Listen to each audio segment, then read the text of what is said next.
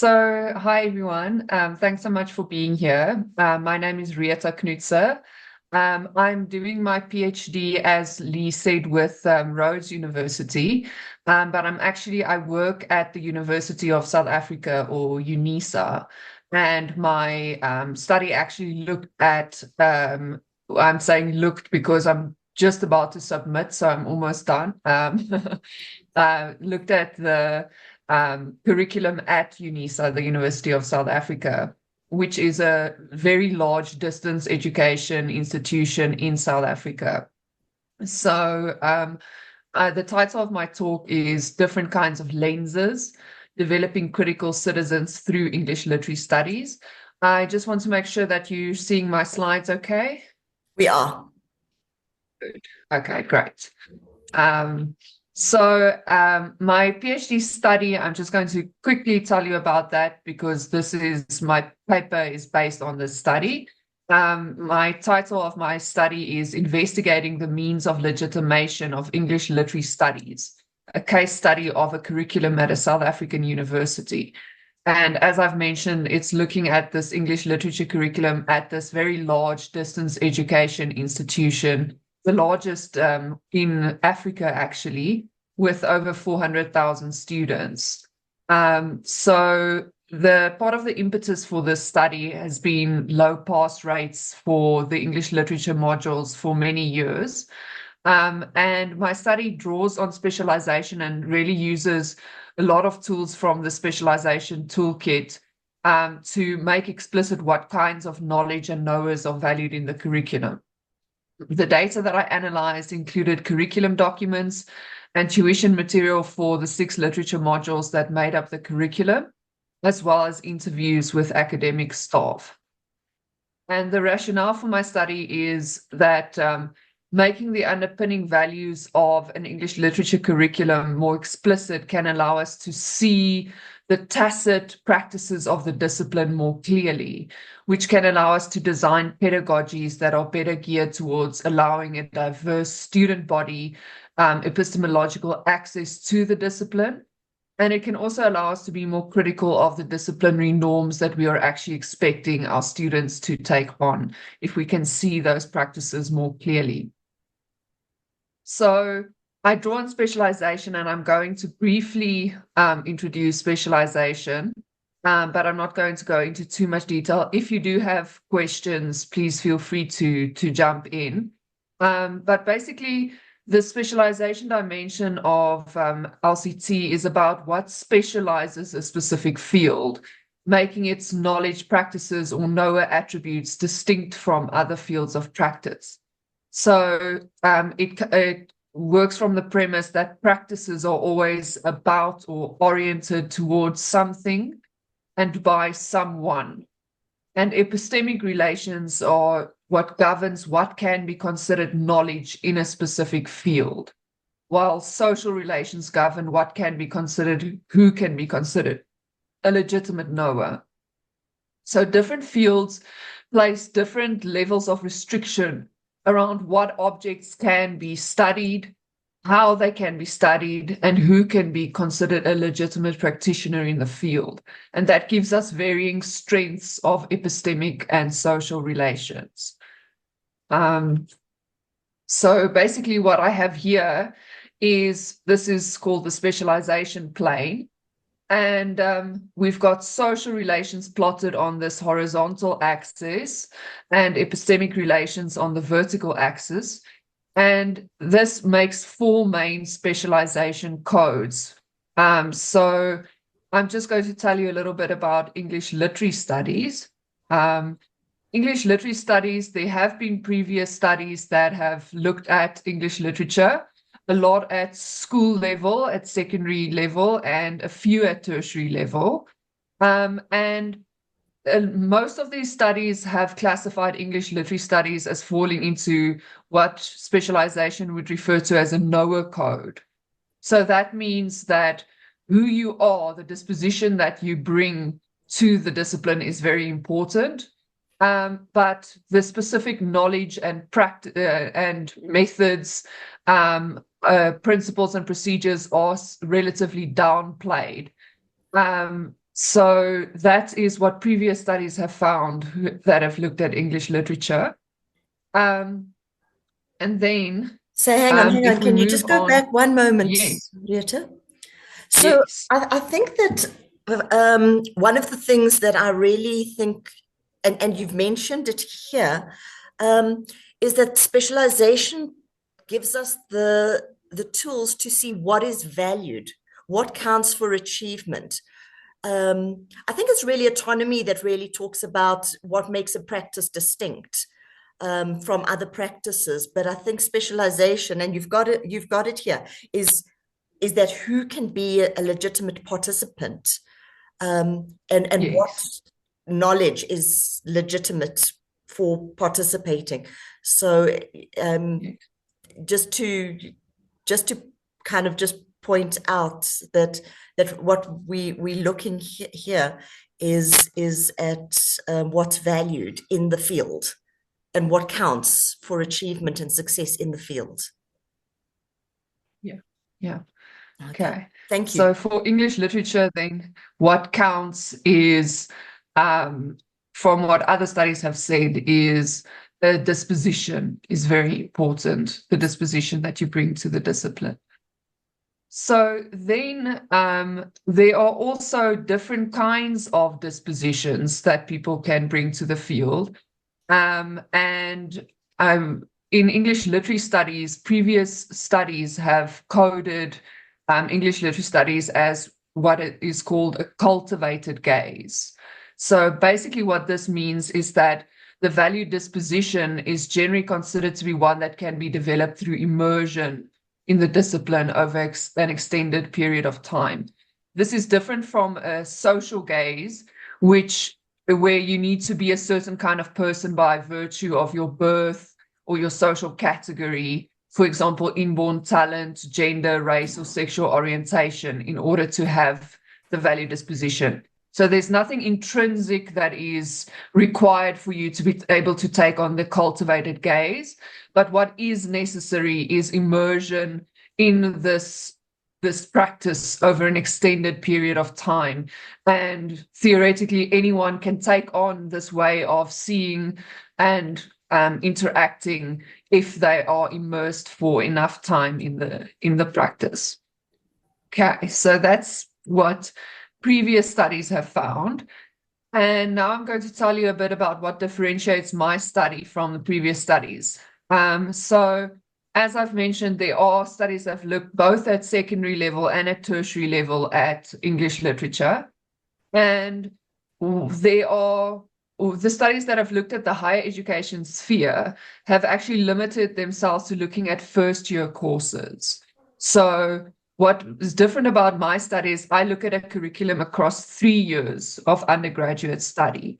And I'm trying to further our understanding of what it looks like to actually cultivate this disposition. So, since, previous studies have found, okay, there's this specific disposition that needs to be developed over an extended period of time. My thinking was that if that is the case, which we'll see, I'll show you soon, that was also the finding of my study. But that you then need to look at an extended period of time in which students go through a curriculum in order to understand how knowers are developed over time. So that's what differentiates my study. Now, just to show you, I've told you about the Noah code a little bit and the cultivated gaze. And I just want to show you now in my data what the Noah code looks like and what the cultivated gaze looks like. So I've got an example here from the purpose and outcome statement of one of the third year English courses that I looked at. And what I've done is I have coded in green things that I've said are downplaying epistemic relations. So basically, it's saying specific knowledge and specific procedures are not as important for this discipline. And then the things that say a specific disposition is important, I've put in highlighted in yellow. So stronger social relations. So this passage reads, "We expect you to read the prescribed texts with attention and explore the ways in which they question conventional views of identity and writing. These texts invite multiple interpretations, which can be ambiguous or contradictory, and resist a single or definitive reading. As you read these works, therefore, you will need to construct your own views of what they mean. You will need to do this in the context of a type of writing that can be read in many different ways. In your study guide, we will illustrate some approaches to reading your prescribed text, but these are by no means the only possible ones, or even the best ones.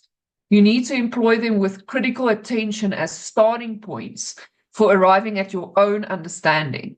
This will ensure that you respond to this module as an active reader and a true student of literature." So basically what you see here is there's this downplaying of specific procedures or ways in which you have to read the text. There's this openness to saying multiple ways, multiple approaches are relevant. We can't even demonstrate to you all of the possible interpretations and approaches in the study guide.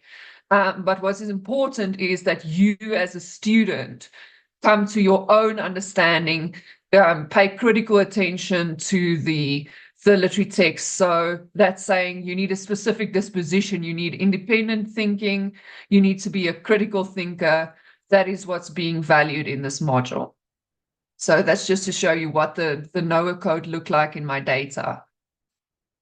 Then to show you an example of the cultivated gaze. So what I said now was that the disposition that is valued is one that needs to be cultivated over an extended period of immersion in the discipline.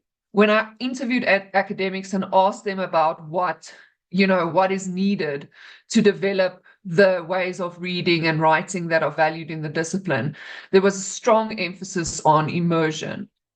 For example, this one academic said that he recommended that you teach students to engage critically with literary text by combining a little bit of criticism with meta-criticism. So that on the one hand, you model your deconstructive reading, and on the other hand, you explain your deconstructive reading. And then you need to provide the opportunity for the students to experiment with that as well, for the students to try and model that themselves, to do their own sorts of deconstructive readings. So here you see that there's this idea of modeling. You need to enact the practice of the discipline, the way of reading that is valued, and then you need to give opportunities for students to try those out for themselves. So it's like an apprenticeship kind of situation, which is an example of the cultivated gaze that needs to develop through immersion over time. So basically what I've shown you so far is that my findings correlate with what previous studies have seen in terms of what is valued in English literary studies. There's just one more example here also of the cultivated gaze evidenced in my data. Basically, this person was talking about how you need to be immersed in literary theory in order to see the world and the text through that theory. So this person was talking about their PhD studies and advice that they got from a colleague about reading literary theory. The person said that they got the advice that you must read it and read it and read it and read it. And luckily with their PhD, they had a year just to go and read theory. And the person who advised them said, then you'll be amazed how much of it sticks in your mind and how you then start to think like that. You start to look at the text like that. You start to employ those theoretical principles, but in a very organic sort of way. You are no longer imposing the theory on the text. And that's the very, very difficult thing to teach, but I think it's that maximum exposure. So here you can see literary theory is not something that it's not knowledge that you have and you apply to the text. It's something that needs to become a gaze. It needs to become a way of looking at the literary text by being immersed in it for long enough. And again, that shows you that it's a cultivated gaze that's being valued in the discipline. Okay, so then I'm going to show you what was new, what I found in my study that other studies have not found before. And this was specifically because I was able to look at a 3-year curriculum over a 3-year period Sorry, of time. Rita, can I just take you back a little bit? Yes. This is a very, very interesting thing for me because it starts to look at, that that any of the students are able to learn this gaze. Yes. And so you've got those weaker subjective relations working here where anybody can, as you said, given enough time and given the right kind of teaching, they can learn this gaze. So Yes. those subjective relations are weaker. And this one shows very, very clearly, these kind of things, and even the course outline that you said before about the importance of interacting with the text and being able to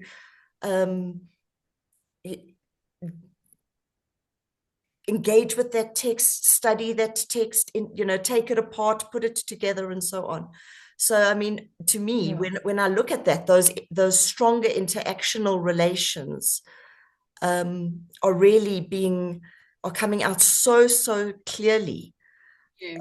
And Yeah. it's those combinations that are how you get to that cultivated gaze. And I just think that these are just lovely examples that show both of those things, those weaker subjective relations, but the stronger interactional relations. Yeah. Thank you. Cool. Retha, can Just I to ask a check. question about this? Yeah. So, Yes. may I ask a question? I did an English degree in Australia in my later life Yes. and then taught it as well. And the way that it was approached here, and this is going back probably 18, 19 years already in a high school, was that we were asking the kids to look at a particular novel, for instance, and then analyse it from the point of view of a feminist, or analyse it from the point of view of a Marxist, or analyse it from identify the dominant view, and then be able to compare them and understand that it could be understood in a range of ways. Is this what we're talking about here, or is it something different? Okay, so I'm going to get to when I talk about what I found in more detail about the cultivated gaze. I'm actually going to talk about applying literary theory and that there's also an aesthetic element, but there's also a theoretical element. So I think that will help. But basically, yes, that is part of it. And this quote from that I have about being immersed in theory is the idea that, so you read feminist theory and then you start to look at the text through those feminist lenses, and you take on that gaze towards the literary text. That would be an example of taking on a literary theory and that becoming your cultivated gaze that you apply towards the text. Does that help? Yep, absolutely. Thank you. Okay, cool. Okay, so then, sorry, there we go. So basically what I found then with this cultivated gaze was that there were two aspects of the cultivated gaze that came up in my data. And what I've called these are the aesthetic orientation and the social critical orientation. And I'm going to tell you about these first, and then I'm going to tell you about how I try to use lenses to try and unpack what it really was that was different about these two orientations within the cultivated gaze that I found in my data. So basically, the aesthetic orientation entails the ability to comment compellingly on how specific language and literary features create certain meanings or effects in literary texts. And this is often referred to by academics as close reading. So I think a lot of people will be But that might be the first thing that some people think about when they think of what literary analysis is this idea of finding a figure of speech in a poem, for example, and then saying, okay, what does this alliteration or this metaphor or whatever it is, how does it contribute to the meaning of the text? So, example, if you had a poem in which a woman was compared to a flower, and you said this is a metaphor comparing a woman to a flower, and her beauty is being compared to this flower, and this emphasizes the fragility and the temporary nature of beauty. That would be an example of the aesthetic orientation within the cultivated gaze. You're looking at specific language or literary features in the text, and you're saying, how does this contribute to the overall meaning of the text? Then I also found the social critical orientation. And this is demonstrated by considering text in relation to ideological and social issues. So this was what we were just talking about more with the theory application. So this often entails reading literary text through the lenses of social theories, such as feminism or post-colonialism. So there were these two things that I saw in the curriculum. And I found that the aesthetic orientation was foregrounded more at lower levels of study. And then as students progressed through the curriculum, in the starting at second year level, the social critical orientation came more into play. And by third year level, students were expected to be able to use both of these and to move between the aesthetic and the social critical orientation in the way that they analyze literary texts. So here's another example from my data, just to show you what it looks like in my data when I'm talking about the aesthetic and the social critical. Aesthetic in yellow, social critical in green. So this person said, I don't think that these different elements of literary criticism can be neatly separated. So I don't think one would ever be able to simply or only do a close reading.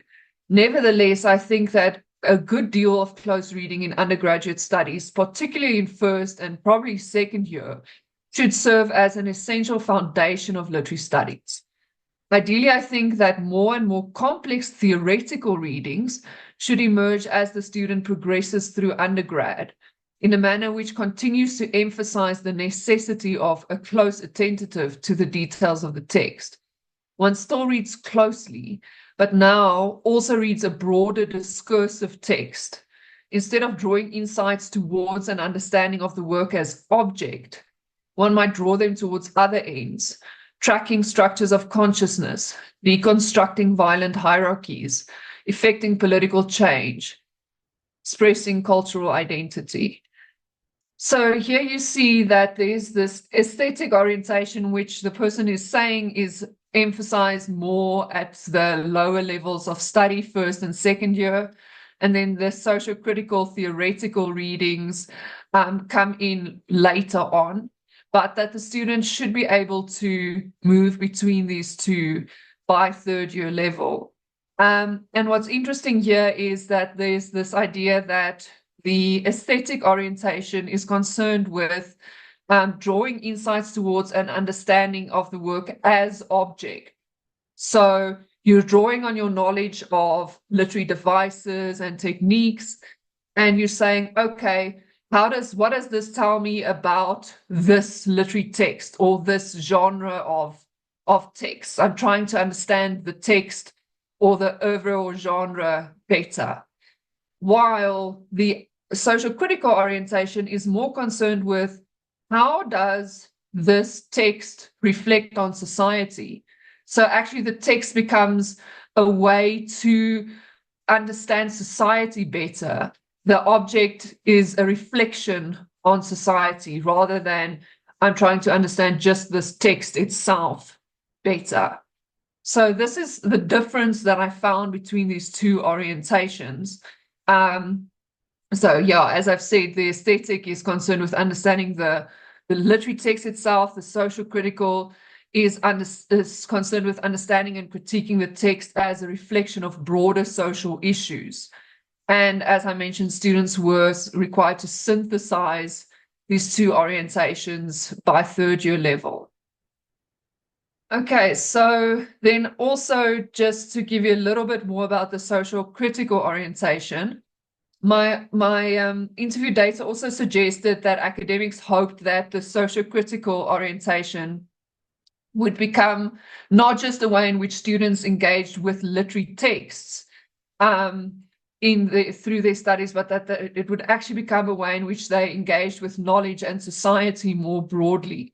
So there were lots of quotes in my data when I asked academics about what they would like the student to be able to do by the end of third year and what they thought the value of studying literature was, where they talked about students actually learning to think about society more critically because they've been exposed to looking at literary texts more critically.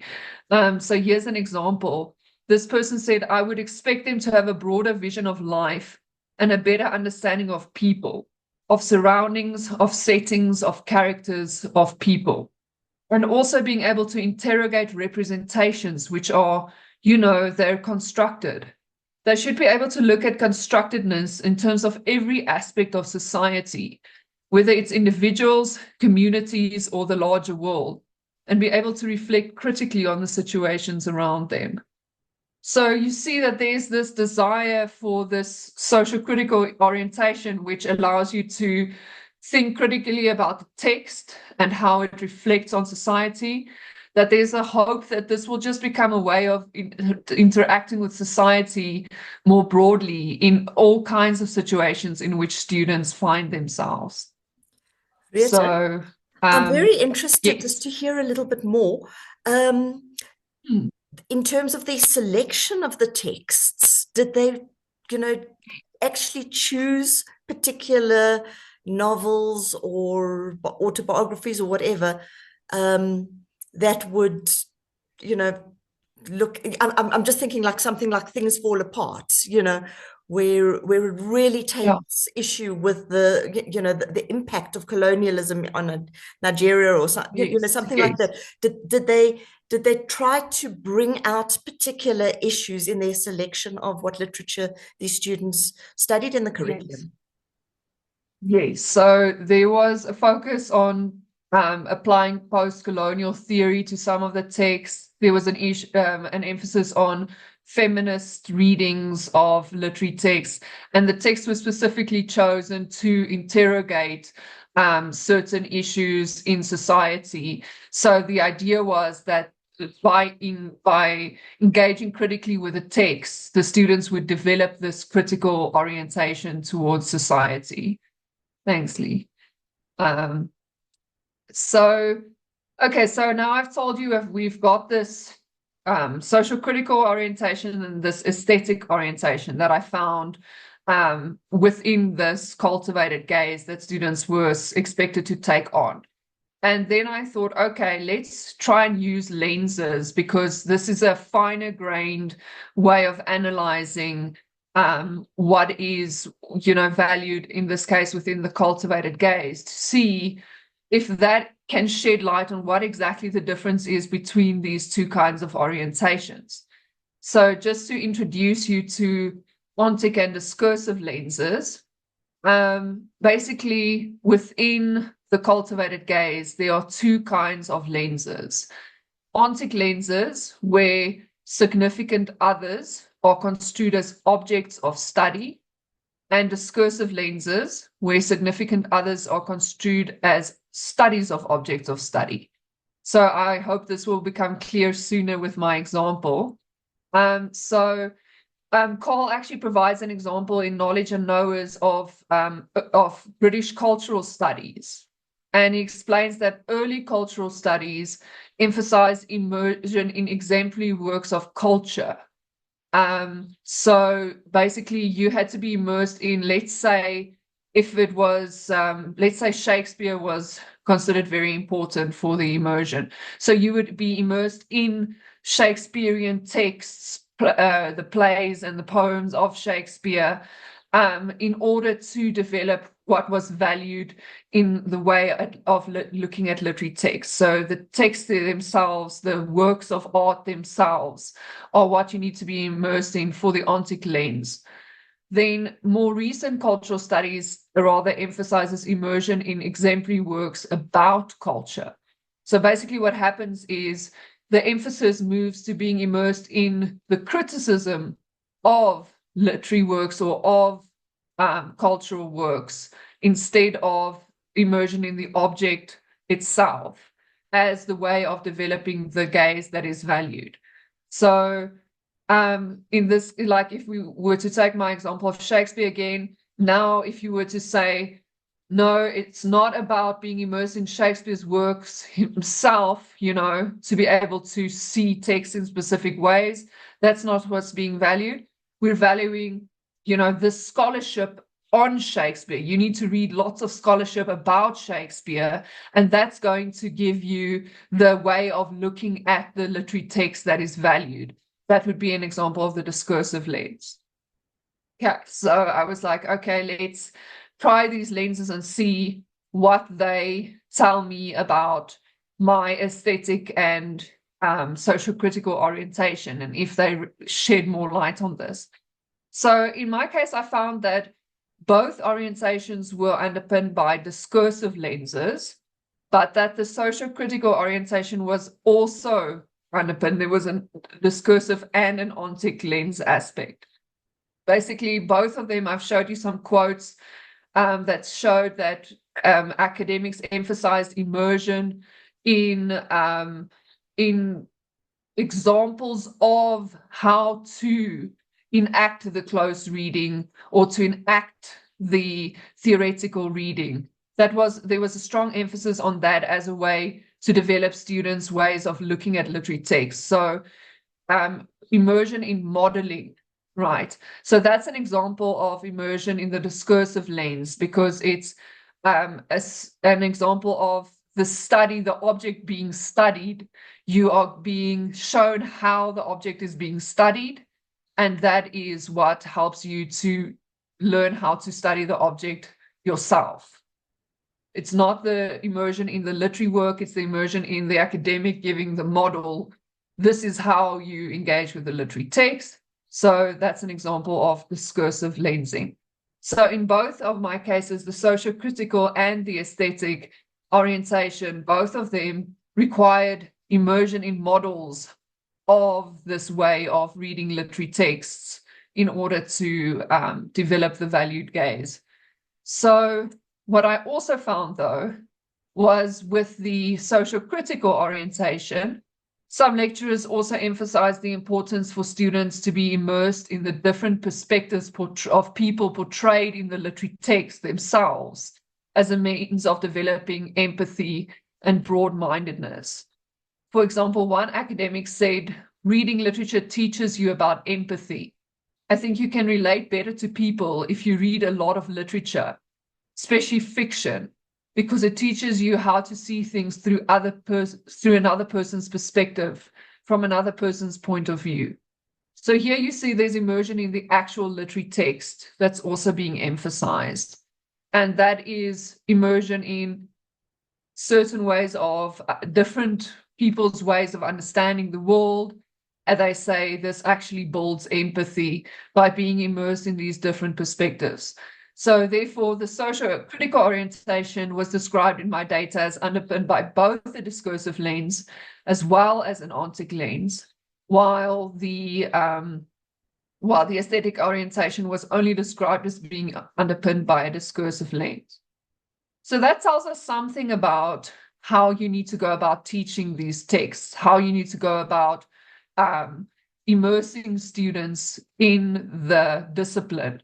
For the development of the aesthetic orientation, what is needed is mainly modeling, seeing other academics perform this kind of close reading of literary texts. This discursive lensing is going to allow the students to develop that way of seeing literary texts. But with the social critical orientation, it's important for students to be immersed both in these different perspectives that they find in the text, and that relates to Lee's question about text selection, like which texts are you selecting in order to immerse students in these different perspectives and points of view that you would like them to be able to see the world through. So immersion both in the literature as well as immersion in examples of theoretical readings of literary texts are what is needed in order to build that socio-critical orientation. Okay, so I felt like that told me something about how these orientations need to be taught.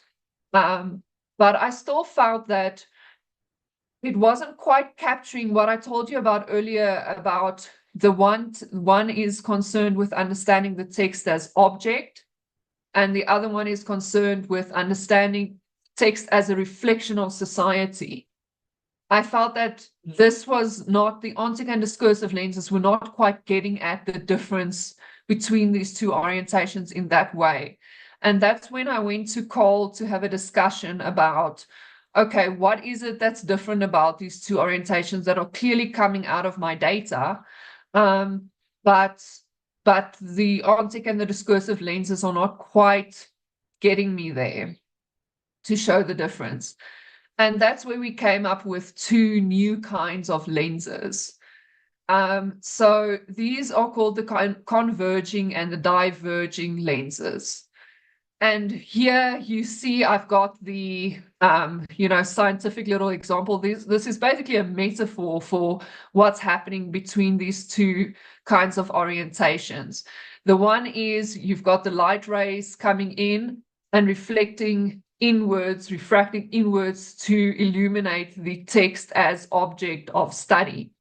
And in the other case, you've got the light rays coming in and refracting outwards because you've got the text that's being studied, and it's the text as reflection of society. So the light rays are going outwards. So we came up with these two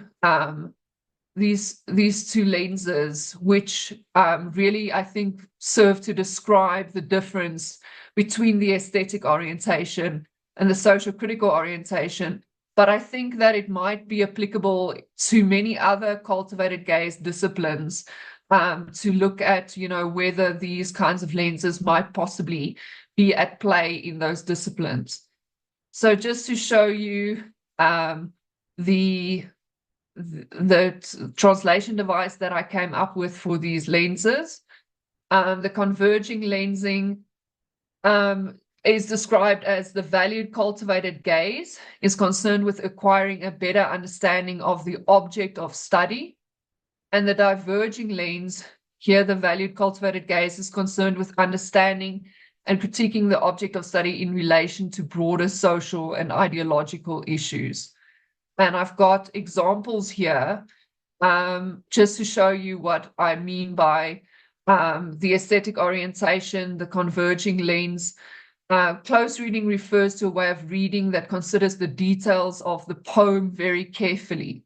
When you perform a close reading, you will analyze each word, phrase, line, unit of meaning, and punctuation mark in the poem, as well as the effect of the use of language. In this unit, we have introduced you to a number of tools that can assist you in doing a close reading. These tools are called poetic devices. Right, so these are these poetic devices, these tools that are being used to reflect inwards on what is this meaning of the text or the oeuvre or genre of text. Then the other one is an example of explaining what post-colonial theory is. So it says post-colonial theory approaches the representation of other cultures and the attitudes, assumptions, and values that have been projected onto other cultures through colonization and imperialism. If a post-colonial standpoint were to be adopted with regards to Picasso's painting, it would analyze how his use of the masks was related to the prevailing views of society at the time with regards to the primitive other or the colonized other. So here you are drawing on your knowledge of a theory in order to reflect on, in this case, Picasso's painting, and to say, what is Picasso's painting saying about society at that time in society? So it's refracting outwards. to look at society more broadly. Just to say, I think So, that those examples are very, very clear and really, show the difference. And it's fascinating to see the shift from first year to third year, the shift in emphasis. So yeah, I'm really enjoying thank you.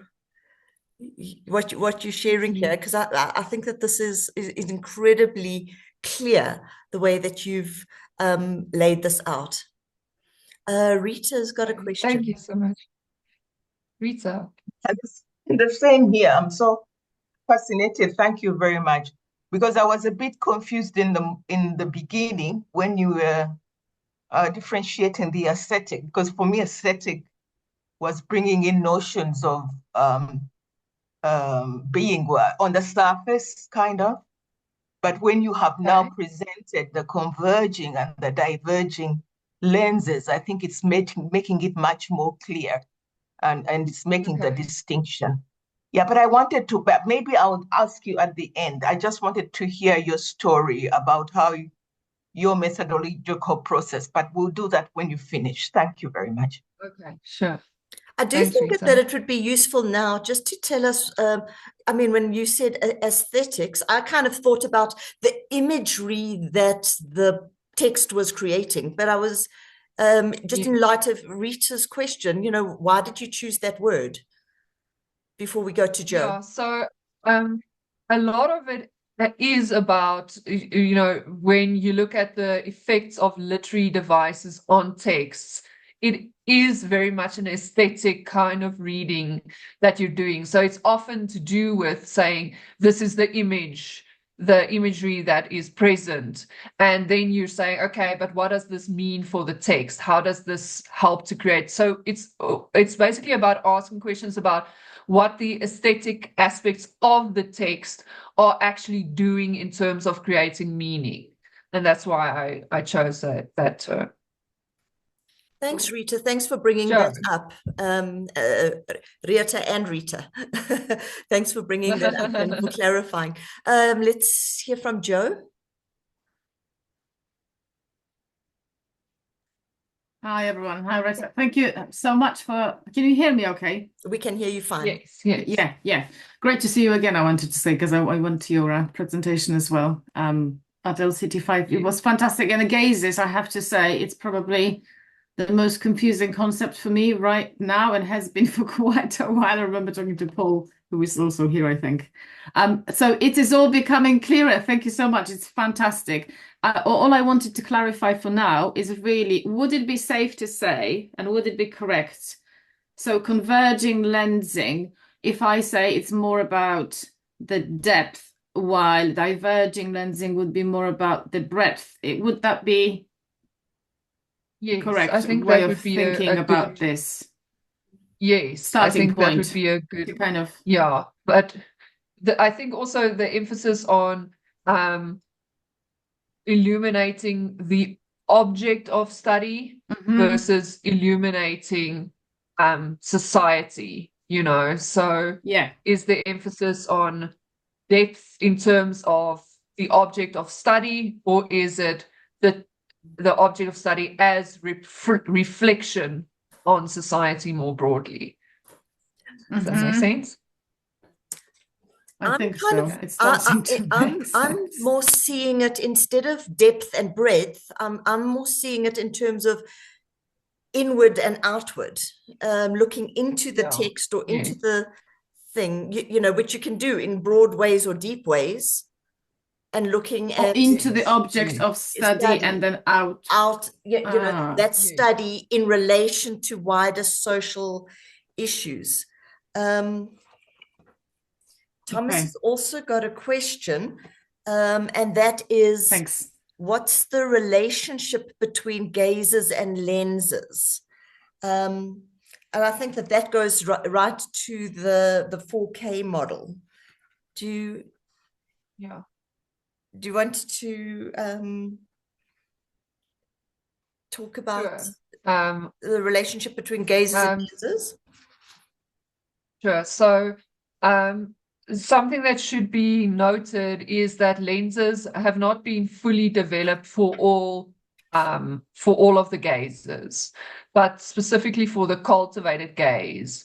If you break down the cultivated gaze further, then Carl distinguished between the ontic lens and the discursive lens. So those are two kinds of cultivated gazes. And then what I've done here is I've proposed two different kinds of lenses that are also kinds of cultivated lenses for the cultivated gaze, rather. Yeah, I don't know if I explained that well enough, Lee. No, I think you have, but let me just add to it. Thomas, the way that I'm seeing it is that the difference between discursive and ontic talks about what's the object of study.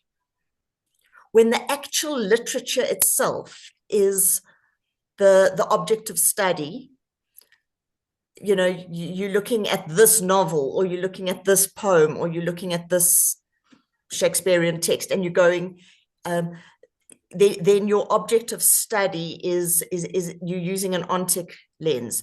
But if you're looking at studies of Shakespeare, studies of Keats's poetry, studies of how other people have studied this, then one's looking at a discursive lens. So I think the way that I'm understanding it, that the difference between ontic and discursive here is in terms of what is the object of study. Yeah. And then in what terms you need to of be your immersed distinction, in. your distinction between converging and discursive, it's whether you're looking inwards at that object or outwards in terms of that object's position in society. Yes. I don't know if that that helps a bit. I think that captures it well. Okay, so there's my translation device that I've shown you. Hold on, and then just before we go, just hang on. Daniel's said, do the lenses comprise the organizing principle of the gazes? So maybe can I just respond to that? No, Daniel. So the organizing principles of the gazes are subjective relations, which is who can be a legitimate knower, and interactional relations, which can be stronger or weaker, which is how much does interactions with a significant other matter for shaping that gaze. So that gives rise to the cultivated and so on. And so one of the things Retha did was looking at the weaker subjective relations, but the very strong interactional relations. And that's how she came to be a cultivated gaze. Now she's looking at further levels of granularity in terms of the lenses and looking, okay, so what is being studied? Is it the text or is it the study of the text? So that would give her discursive and ontic. And then she's looking at, so now when we're looking at a thing, are we looking inwards or are we looking outwards? That would give her the converging and the diverging. I don't know if that sums it up, Retha. Yes, that's thanks. Thanks, Lee. Okay. So then I just want to talk a little bit about the implications of my findings so that I, just think a little bit about what this means both for my study, but also, how this makes a contribution that might be useful for other studies in the future. So the first thing that I thought was something that is often thought when it comes to disciplines with weaker epistemic relations is that because the knowledge doesn't have to build sequentially, because knowledge is not as important for the discipline as who you are, then there's this idea that, this knowledge sequencing is not as important because you're not building sequentially one idea to the next one, but it's the disposition that is being cultivated. But what is important to think about is that you are developing knowers that have to be able to do different kinds of things. So you need to think about sequencing your curriculum, not so much in terms of what knowledge comes where in the curriculum, but in terms of when do we build which kinds of dispositions, and how do we guide students through the process of developing those different aspects of the cultivated gaze that are valued, so that by the third year they're actually able to integrate these two orientations and are able to move between them. So an understanding on the part of academics that they're actually trying to cultivate two kinds of orientations, the aesthetic and the social critical orientation, might assist them to design curricula that work more overtly and synergistically towards developing the valued kind of knower. I also think that it could be useful to scaffold student learning. I actually think showing students that image of the converging and the diverging lenses could be helpful to say, this is how we're reading texts. We're looking at, at the text as object, and we're looking at the text as reflection of society, that these are two ways of reading literary text and that we value both of them, but some courses emphasize one more than the other. I think using that tool of explaining to students as a metaphor, there are these two kinds of lenses, could be helpful for scaffolding student learning. Then something that I've come across in my study quite a bit is whenever there are arguments for preserving arts and humanities programs at university level, there tends to be an emphasis on the idea that these disciplines play an important role in developing the critical thinkers that are necessary for a healthy democratic society. And I think that converging and diverging lenses actually may tell us something about what it is about studying literature and potentially other cultivated gaze humanities disciplines, what it is about those things that have the potential to cultivate critical citizens. So that's the end of my talk. Thank you so much. Thank you very, very, very much, Retha. That was fascinating because this is an undeveloped area, and I think that you've really kind of fleshed that out and in a very nice way. There's some interesting discussions happening in the chat. David, can I ask you to come in and make your contribution?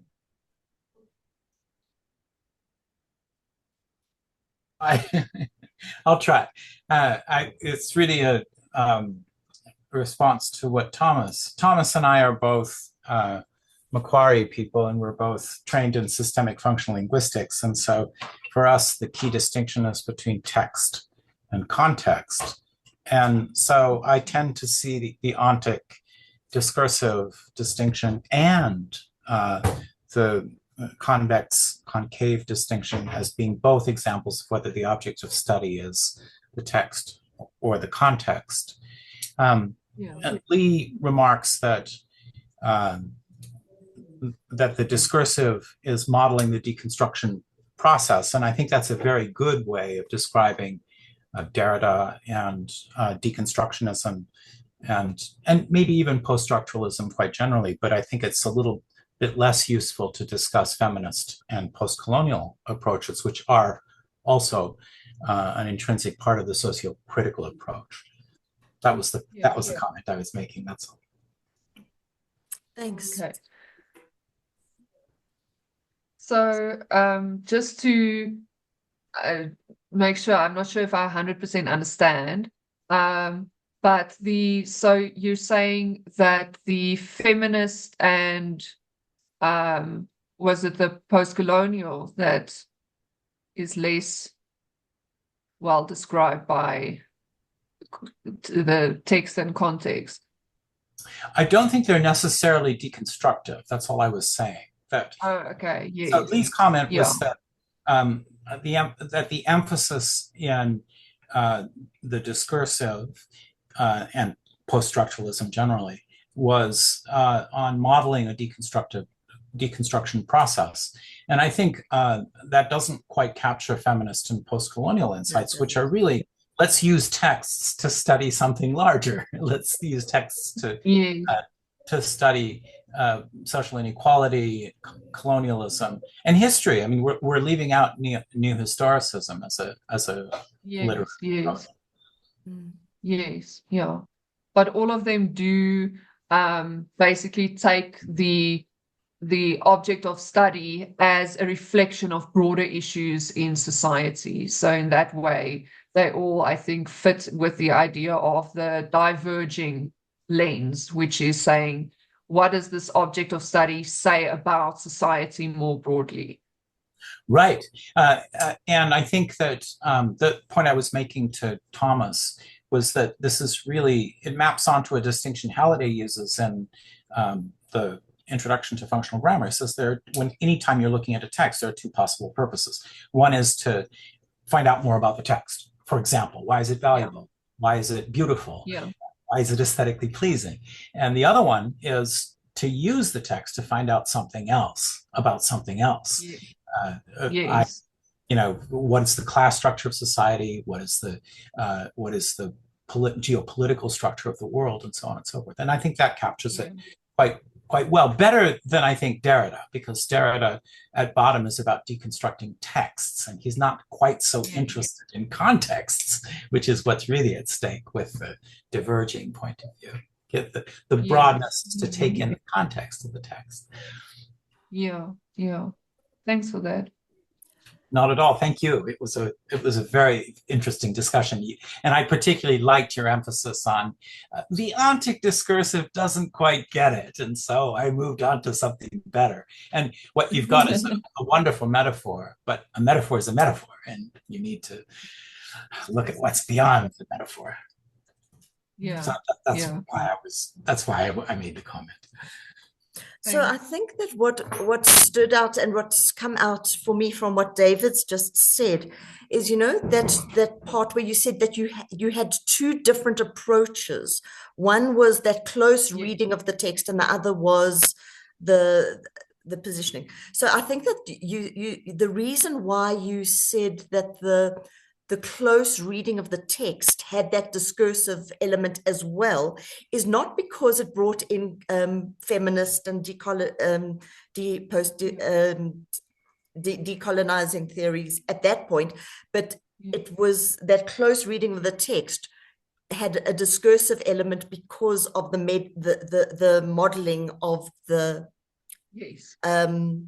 of the deconstructive process. So it was that part of that particular approach that you call the aesthetic approach, and then you've got that what was the other approach that you mentioned? The social critical orientation, which is very, very much bringing in the different perspectives and situating them. Yeah. So it is definitely about they're both discursive because they rely on modeling, as you said, Lee. So even with close reading, the academics were saying we need to show students how we do this and model it to them and give them opportunity to try it out for themselves. And that's why I said that it is, underpinned by a discursive lens. And the same for when it comes to the social critical orientation, it was about saying you need to show students how to take this theory and to actually apply it to a text. They need to see how it's done in order to be able to do it for themselves. So they both have that discursive aspect.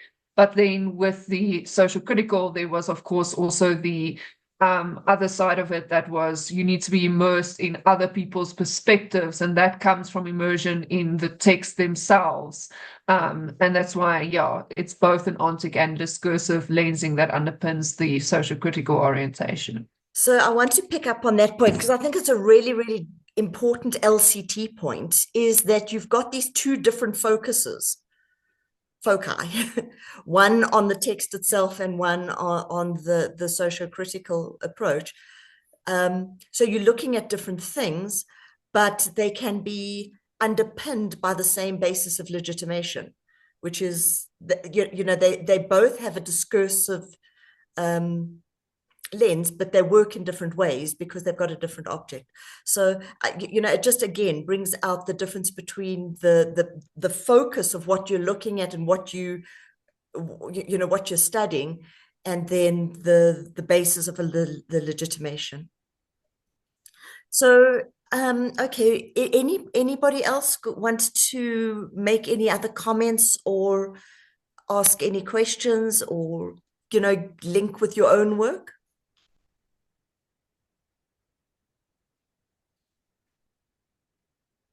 Kirsten. Hi, Lee. Nothing exciting from my side. Just to say to Retha, it's I've heard this presentation before, and each time you do it, I just think, wow, it's really evidence of pushing the theory into new directions, and I think it's really exciting. And I just wanted to say, well done. Nice. Thank you so much. Thanks, Kirsten. Rita? Oh, thank you so much as well. I just want to ask you, when you were analyzing, do you find that you are already biased in your direction, or are you taking your learning from the text itself? I'm just inquisitive around that. Okay. So let me say, I think I definitely discovered things from analyzing my interviews that I didn't expect to discover. So I was actually surprised by how much emphasis the academics put on this idea that students needed to become a critical citizen by studying literature. I wasn't expecting to find that as such a strong theme throughout my data. But I am myself an English literature academic, so I think it's not possible to completely bring like a blank view into it without expecting that you're going to find certain things. I think I just made very sure that my data was in fact saying what I thought it was going to say. And I was very careful with my coding of my data and with presenting my coding as well to people to show them what I've done to get input as a way to kind of protect against possible bias. And I think also when you have very clear translation devices, the move from theory to your data and from data to theory becomes a lot more explicit. Thanks, Rita. Thanks for raising. Thank you. I'd like to ask another question, and so this is a PhD study. You can't present your entire PhD study here, and you've looked at course outlines, and you've looked at interview extracts from the interview. I just kept thinking to myself, I wonder how this plays out in the final assessment tasks that they give to students at various levels through the program. And I just wanted to know, did you at any chance have a look at any of the assessment tasks that students did, and did you see the same patterns happening through the assessments? So I did look at formative assessment at the assignment questions for all of the 6 modules that I looked at. And that was part of what helped me to see what was, valued at what level of study.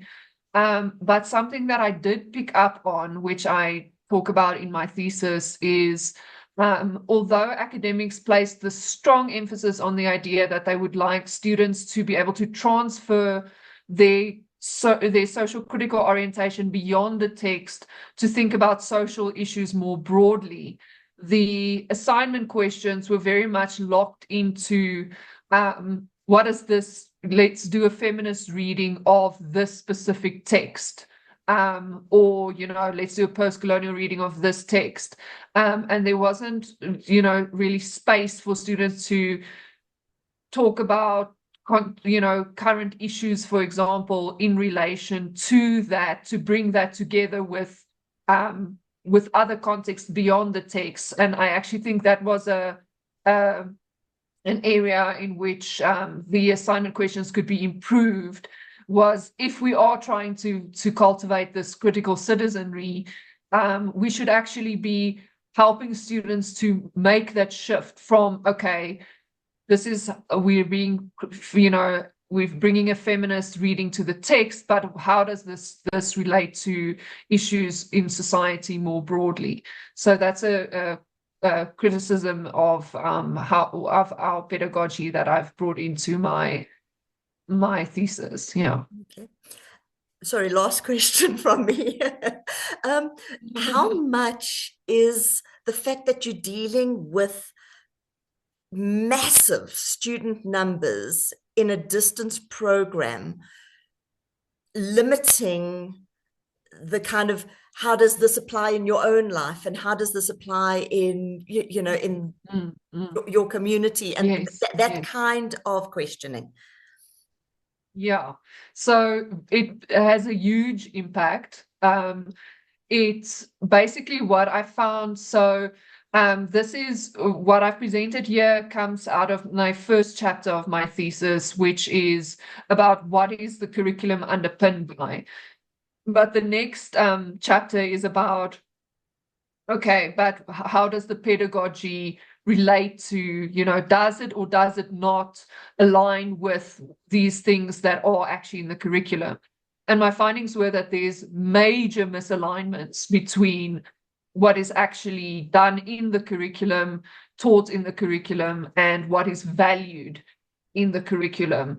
And a lot of that has to do with the restrictions based on poor staff to student ratios, limited opportunities for formative assessment, limited contact with students.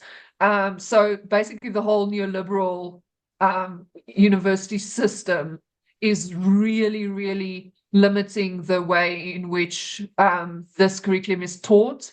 And I draw on critical pedagogy scholars to talk about what they say about how do we actually inculcate these values, what kinds of pedagogies are needed. And everything that they say is we need lots of contact with students, we need like small group discussions, we need safe spaces in which students can discuss their views and values with each other.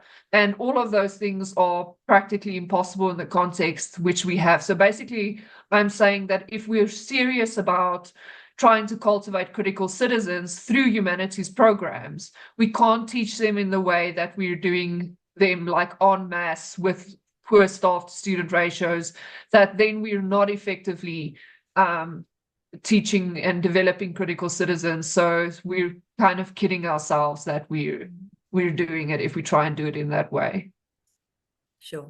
So just as I mean, what you've really described here is a possibility for another study, when you get to that part of your PhD where you're looking at, what could be done next.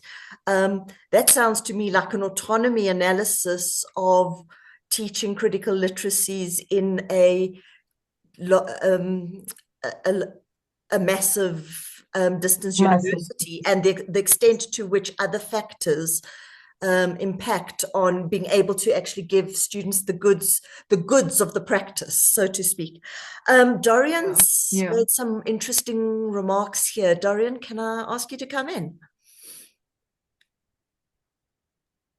Yeah, I mean, I don't think anything earth-shattering, but it just occurs to me that for a high school teacher, as I am, the use of the term convergent or divergent lenses is far more useful, because in high school you do very little meta text analysis. It's all the text, but you do want to set it in context. So that lens very accurately, I think, captures the type of gazes that you're trying to cultivate in high school English literature classes. Oh, thanks. Awesome. Anybody else? I'm thinking about, sorry, I should have raised my hand. No, go ahead. But yes, what you were just saying, Lou, about what I'm doing in my PhD, and I don't want to kind of direct the attention elsewhere now, but I'm thinking because this is what I'm doing, so I'm measuring the impact of a curriculum for change, where sort of I kind of found the ingredients for such a curriculum. So it's kind of the same purpose, so cultivating those critical citizens. And I was thinking, now I've collected my data, I'm thinking of I need to get some to analyzing it. And that I was precisely thinking about autonomy. That was the plan from the start, to kind of look at the curriculum and see whether there is any autonomy tours going on as well at the same time, to kind of, in addition to those different things that need to be in place in order for the curriculum to be a curriculum for change. And now I'm thinking, Retha, about I think I need to go back to this presentation later and I think, because this, I think, is adding a lot to what I could potentially analyze. So your understanding of it. So again, back to the converging and diverging, but I think I first need to build my understanding around that, because the last point that you made, we can't be just wanting to cultivate those citizens through curricula. It's not going to happen sort of on its own almost. It's really good to know what mechanisms or things are actually happening or needs to be happening in order for that to happen. It's sort of this finer grained view that you are offering. I think it's going to have a massive impact into sort of further understanding of what's exactly going on or what needs to be going on. The curriculum I'm looking at is English for academic purposes, so it's more social sciences than what you've been talking about. But I guess we could probably find some things that can connect those in a way. Yeah, definitely. Another meeting for that.